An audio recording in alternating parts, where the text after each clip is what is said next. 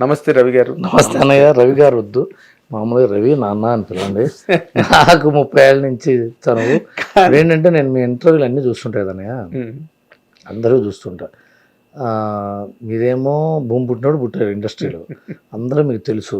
సడన్గా ఇప్పుడు గారు అని కొద్దిగా అంతొద్దు. తనికెళ్ళి బరిని నేను అలాగే ఇంటర్వ్యూ స్టార్ట్ చేసి తనికెళ్ళి బరిని గారు నమస్తే అని అంటే అదేంటిరా నువ్వు బాబాయ్ అని పిలు, నేను వరి పిలుస్తాను.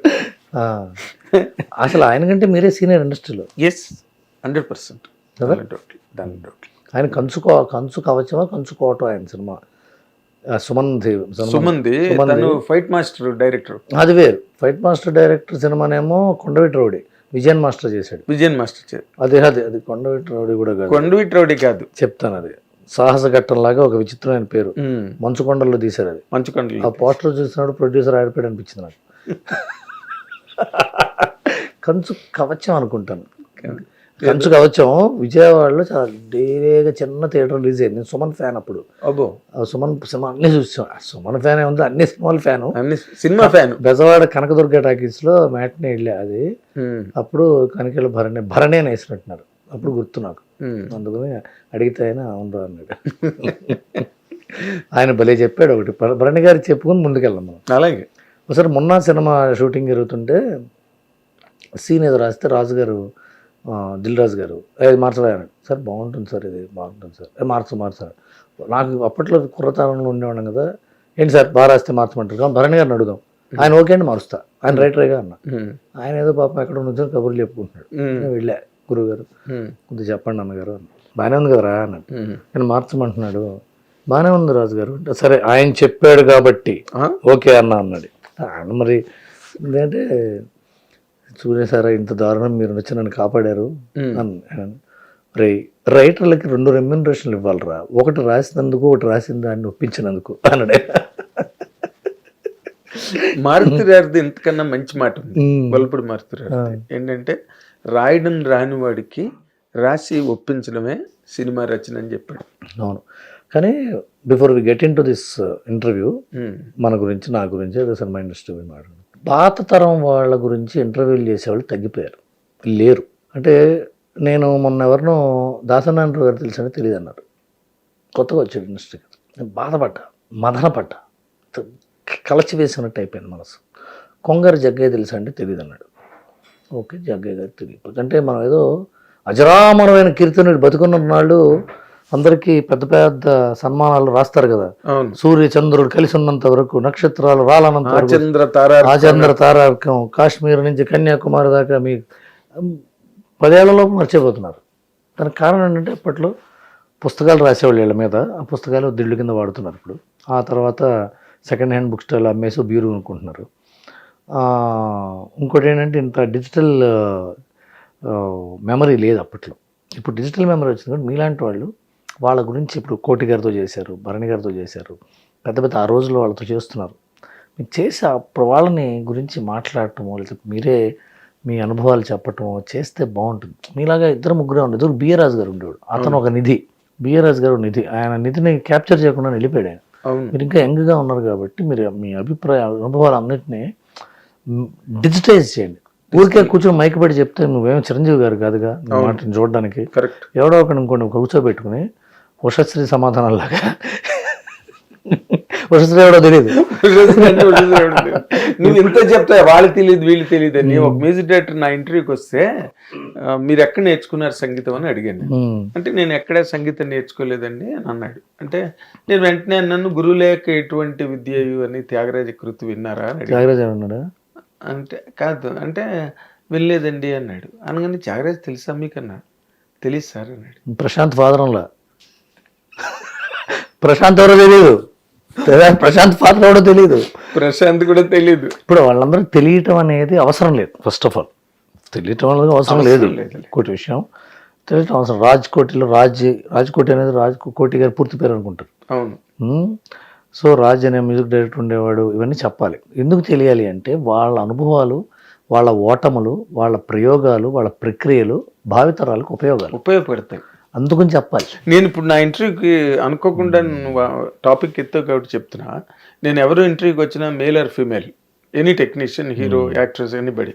నేను ఒక మాట చెప్తాను, మీ ఇంటర్వ్యూ చూసిన వాళ్ళకి ఒక సోషల్ పర్పస్ సర్వ్ అవ్వాలి. దీంట్లో బాటిల్ నెక్ సిచ్యువేషన్స్ ఉంటాయి, ఫిమేల్స్ కొన్ని ప్రాబ్లమ్స్ ఉంటాయి, మేల్స్ చాలా. వాటిని ఎట్లా ఓవర్కమ్ అయ్యారు, వాటిని ఎట్లా ముందు చెప్తాను. మన వాళ్ళు ఎవరు వచ్చినా చెప్తాను నేను, దానికి తగ్గట్టుగా మీరు చెప్పాలి. లేకపోతే మీరు ఎంత రెమ్యునరేషన్ తీసుకుంటారండి, మీ ఆస్తుల మధ్య ఆరిపోయాను అనుకుంటున్నారండి. కొన్ని ఇంటర్వ్యూలు చూస్తుంటాను, మీరు 3 ఇళ్ళు కట్టాలనుకుంటున్నారు. 3 ఇళ్ళు ఏంటి, యాంకర్ కి ఏమో మీరు ఒక యాంకర్ కి ఫ్లాట్ కొని ఇచ్చారంటని ఒక ఇంటర్వ్యూలో. అది ఓకే, సరదా ఇంటర్వ్యూ కాదు. మీరు ఎంతో సంపాదించి ఆరిపోయారు కదా, జాలి పడుతుంటాడు ఇంటర్వ్యూలో. మనకేమో బాధ, ఎవరో వాడు పిలిచిన దానికి, వాడు ఆస్తిపాస్తుల గురించి లెక్కేయడానికే.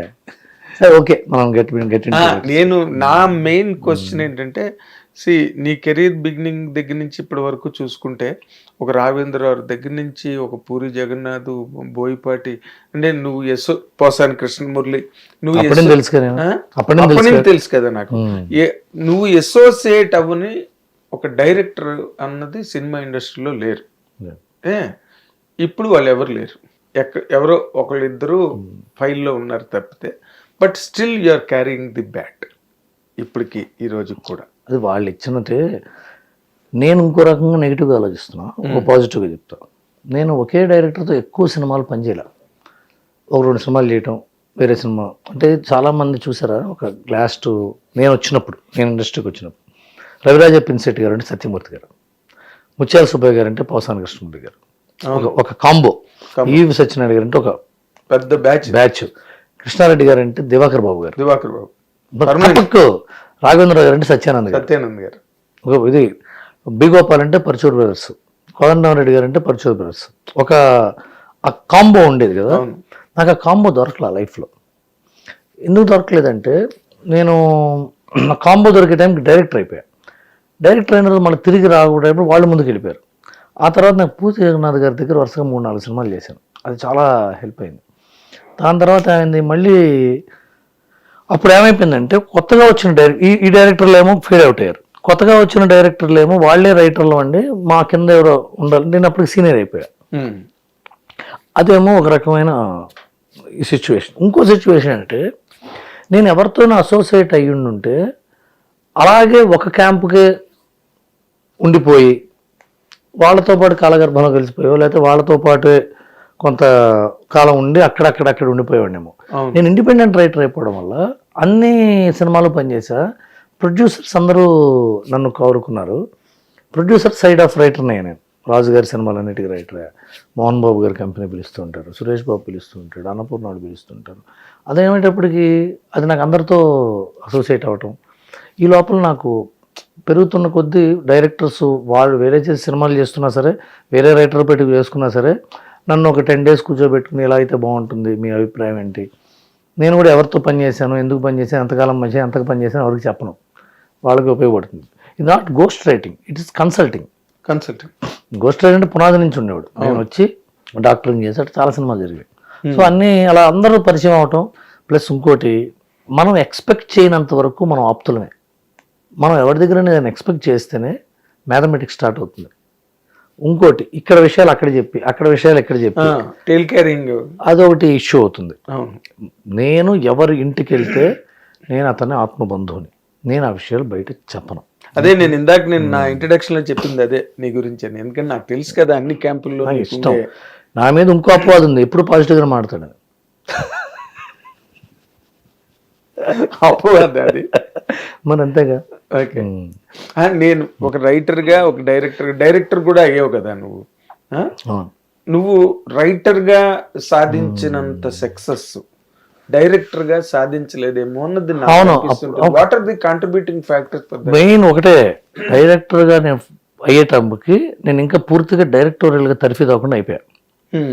అప్పటికి నేను మేనేజ్మెంట్ చేయలేకపోయాను. అంటే హీరోకి ఏంటంటే, మొన్న ఇందాకే చెప్పిన ఇంటర్వ్యూలో మళ్ళీ ఏంటంటే, డైరెక్టర్కి 24 క్రాఫ్ట్ల నుంచి పని తీసుకునే ఓపిక ఉండాలి. ఓపిక, దాని పేషెన్స్. 2, తనకి కావాల్సింది ఏంటో అవతల వాళ్ళకి చెప్పి అది బెస్ట్ అని వాళ్ళకి కన్విన్స్ చేసే శక్తి ఉండాలి. ఓర్పు, సహనం 2 ఉండాలి. ఒడుపు కూడా కావాలిగా. ఒడుపు, అదే ఆ 3వది ఒడుపు కావాలి. ఈ 3 అప్పటికి లేవు. ఆ వచ్చే టైంకి నాకు సక్సెస్ లేదు, మళ్ళీ డైరెక్టర్ ఎవడు ఇవ్వడానికి రెడీగా లేడు.